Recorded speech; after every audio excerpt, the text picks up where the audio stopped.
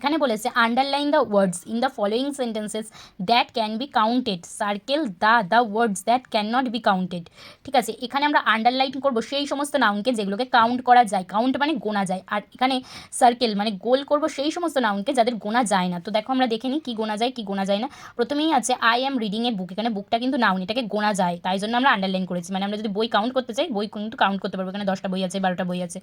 2তে দেখো আছে iron is a useful metal, লোহা একটা উপকারী ধাতু। তো দেখো আয়রন মানে আমরা লোহাকে কি ওভাবে কাউন্ট করতে পারি না, সেই জন্য কিন্তু আমরা এখানে এটাকে সার্কেল করে নিয়েছি। দেখো তারপর 3তে আছে স্নোই ইজ হিজ পেট ডগ, এখানে কিন্তু কুকুর ডগটাকে কিন্তু আমরা গুনতে পারি, তাই জন্য এখানে আমরা আন্ডারলাইন করে নিয়েছি।